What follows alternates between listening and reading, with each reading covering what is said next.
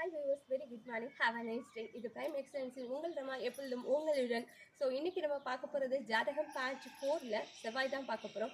நினைத்ததை நினைத்த நேரத்தில் நினைத்த இடத்தில் செய்து முடிக்கக்கூடிய செவ்வாயோடைய ஆதிக்கம் தாங்க பார்க்குறோம். ஸோ இதில் என்னெல்லாம் தோஷம் இருக்கும், மித்ததெல்லாம் பார்த்தாச்சு செவ்வாய் எப்படி இருப்பாங்கன்ட்டு. ஸோ அதிகார தோரணையில் தான் அவங்களுக்கு பேச்சு இருக்கும். முரட்டுத்தனமான தன்னம்பிக்கை, முரட்டுத்தனமான செயல்களில் ஈடுபடுவார்கள். இந்த செவ்வாயானது, அதாவது எந்த ஒரு கிரகமுமே வந்து தனித்து இயங்காது, அது நமக்கு நல்லாவே தெரியும். அதான் எந்தெந்த வீட்டில் இருக்கணும், 2, 4, 7, 8 மற்றும் 12ஆம் வீடுகளில் ஆட்சி செய்யக்கூடிய செவ்வாய் ஆதிக்கம் இருந்தால் கண்டிப்பாக செவ்வாய் தோஷம் இருக்கும். ஆல்ரெடி நான் சொல்லிட்டேன், திரும்பவும் சொல்றேன். செவ்வாய் தோஷம்ன்றது பார்த்தீங்கன்னா இது வந்து கல்யாணம் பண்ணவனே வரக்கூடிய தோஷம் கிடையாது. பெண்களுக்கு 60 முதல் 65 வயது உள்ளவர்களுக்கு மட்டுமே இந்த செவ்வாய் தோஷம் வந்து மாங்கல்ய தோஷமாக மாறுகிறது. இது சிவபெருமானுடைய இதனால வந்து நமக்கு கிடைச்ச ஒரு விஷயம்னு சொல்லலாம். செவ்வாய்க்கு இதுதான் பரிகாரம். என்ன பரிகாரம், என்னென்ன தோஷங்கள் இங்க இருக்கு? ஏகப்பட்ட தோஷம் இருக்கு. ராகு கேது தோஷம் சொல்லுவாங்க, அப்படி இப்படின்னு சொல்லுவாங்க. ஸோ எந்த கிரகம் எந்த கிரகத்துடன் இணைந்தால் என்ன பலன்? ஃபர்ஸ்ட் செவ்வாய் வெறுவாய் அப்படின்றதே தப்பு. அதாவது செவ்வாய் வெறும் வாய், அதாவது வெறும் வாயில் நாம் மென்று தின்றால் கூட சுவைக்கக்கூடிய ஒரு நல்ல இனிமையான ஒரு வாழ்வை தரக்கூடியதுதான் இந்த செவ்வாய் நாள். ஸோ செவ்வாய்க்கிழமை வந்து பெண் குழந்தை பிறந்தால் பொன் கிடைக்கும், பொருள் கிடைக்கும், எல்லாமே கிடைக்கும்னு சொல்றோம்ல. அப்புறம் ஏன் செவ்வாய் வருவாய்ன்னு சொல்லும். ஸோ என்னென்ன தோஷங்கள்னு பார்த்துடலாம். சயன காம கலஸ்திர ஸ்தானத்தில் செவ்வாய் இருப்பின், ஆண்களாக இருந்தாலும் சரி பெண்களாக இருந்தாலும் சரி, உடல் சுகத்தில் அதிக முரட்டுத்தனமான ஈடுபாடு இருக்கும். திரும்ப நான் சொல்றேன், சயன காம கலஸ்திர ஸ்தானத்தில் செவ்வாய் கிரகம் இருந்தால் உடல் உறவில் ஒரு முரட்டுத்தனமான ஈடுபாடு இருக்கும். சரிங்க. அதே இது குருவோட சேர்ந்த செவ்வாய் இருந்தால், குரு நாளே வந்து மங்களம் தான், செவ்வாய் நாளும் மங்களம் தான். ஸோ மங்களகரமான யோகத்தை தரக்கூடியவர் தான் குரு. அதனால எது எடுத்தாலும் தொட்டது துலங்கும், தொட்டதெல்லாம் பொன்னாகும் காலம்தான் குரு அண்ட் செவ்வாயுடைய 2 பேருடைய ஆதிக்கம் அண்ட் பார்வை படுறப்ப நடக்கும்.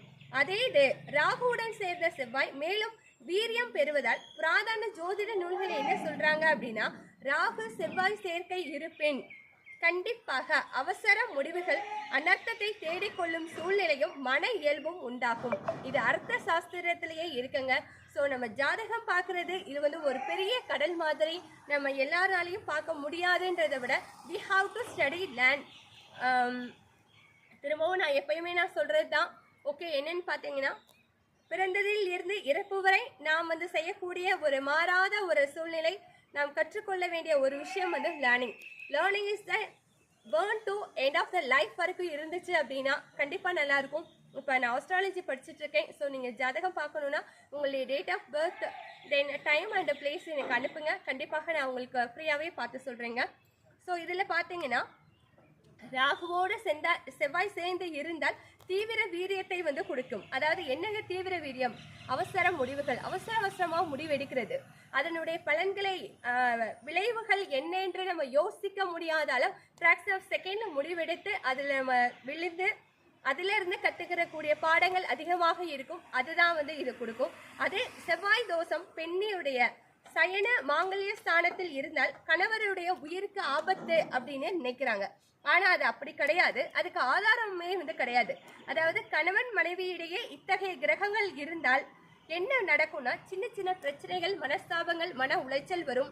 அவர்கள் பிரிவால் அவர்களுடைய ஆயுள் வந்து நீடி இருக்கும்னு சொல்லலாம். ஸோ இது எங்களுக்குமே நடந்திருக்கு. உதாரணமாக, பிடிவாதம், முன்கோபம் உள்ள ஆணுக்கு விட்டு கொடுத்து செல்லும் சாத்வீக குணமுள்ள பெண்ணை சேர்த்தால் குடும்பம் நல்லபடியாக இருக்கும்னு சொல்லுவாங்க இல்லைங்க. அதே மாதிரிதான் 2ஆம் வீடாகி அவர்களுக்கு ஏற்படும் சண்டையினால் இங்குதான் ஜோதிடர்கள் வந்து தப்பா வந்து கணிச்சிருக்காங்கன்னு கூட நான் சொல்லுவேன். அர்த்த சாஸ்திரத்துல எழுதியிருக்காங்க, செவ்வாய் தோஷத்திற்கும் மாங்கல்ய தோஷத்திற்கும் வேறுபாடு மிகவும் உண்டு.